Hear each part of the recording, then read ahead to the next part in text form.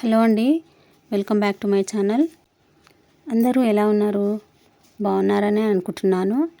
అందరికీ ఈరోజు రామానుజాచార్య జయంతి శుభాకాంక్షలు అండి. ఈరోజు నేను పువ్వు వడియాలు చేస్తున్నానండి. అవి ఎలా చేయాలో చూపిస్తానండి.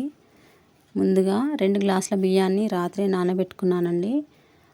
ఉదయాన్నే బియ్యాన్ని మిక్సీ పట్టుకున్నానండి. ఒక మందపాటి గిన్నెని తీసుకొని గ్యాస్ ఆన్ చేసుకొని గ్యాస్ పై పెట్టి అందులో 1 గ్లాస్ బియ్యానికి 5 గ్లాసుల వాటర్ తీసుకోవాలండి. ఇక్కడ నేను 2 గ్లాసుల బియ్యానికి 10 గ్లాసుల వాటర్ తీసుకున్నాను. వాటర్ మరిగాయండి.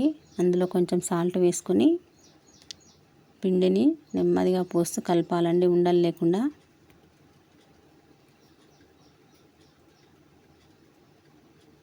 సిమ్లోనే ఉంచుకోవాలండి. ఇప్పుడు నెమ్మదిగా ఉండలు లేకుండా కలుపుకోవాలి.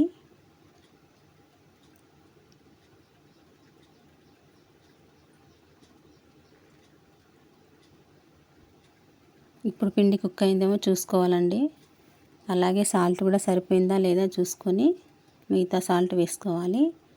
ఇందులో నేను నువ్వులు, జీలకర్ర వేస్తున్నానండి.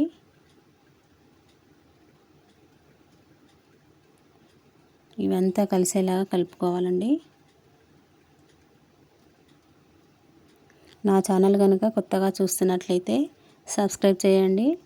అలాగే లైక్ చేసి షేర్ చేయండి. పిండి కుక్ అయిపోయిందండి.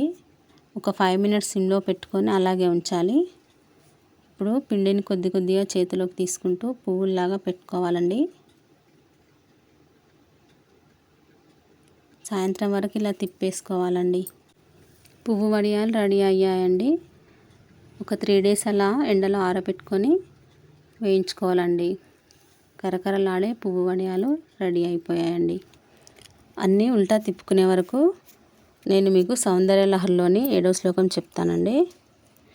క్వనత్ కాంచీదామా కరికలభకుంభస్తననతా పరీక్షీణా మధ్యే పరిణత శరచ్చంద్రవదనా ధనుర్బాణాన్ పాశం శృణిమపి దధానా కరతలైః పురస్తాదాస్తాం నః పురమదితురాహో పురుషికా.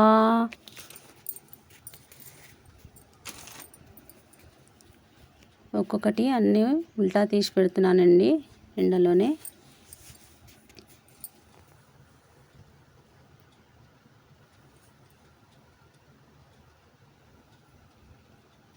ఒక గ్లాస్ బియ్యానికి 5 గ్లాస్ వాటర్ వేస్తే ఇలా తొందరగా ఆరిపోతాయండి.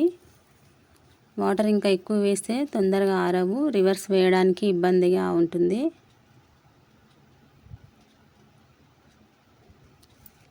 ఈ పిండిలో కలర్స్ కూడా వేసుకోవచ్చండి. కానీ ఈ మధ్య కలర్స్ చాలా హెల్త్కి డేంజర్ కాబట్టి ఎవరు వేయట్లేదు. అందు గురించే నేను కూడా ప్లెయిన్గా వైట్గానే పెట్టానండి. అన్నీ ఉల్టా తీసానండి, ఆరిపోయాయి.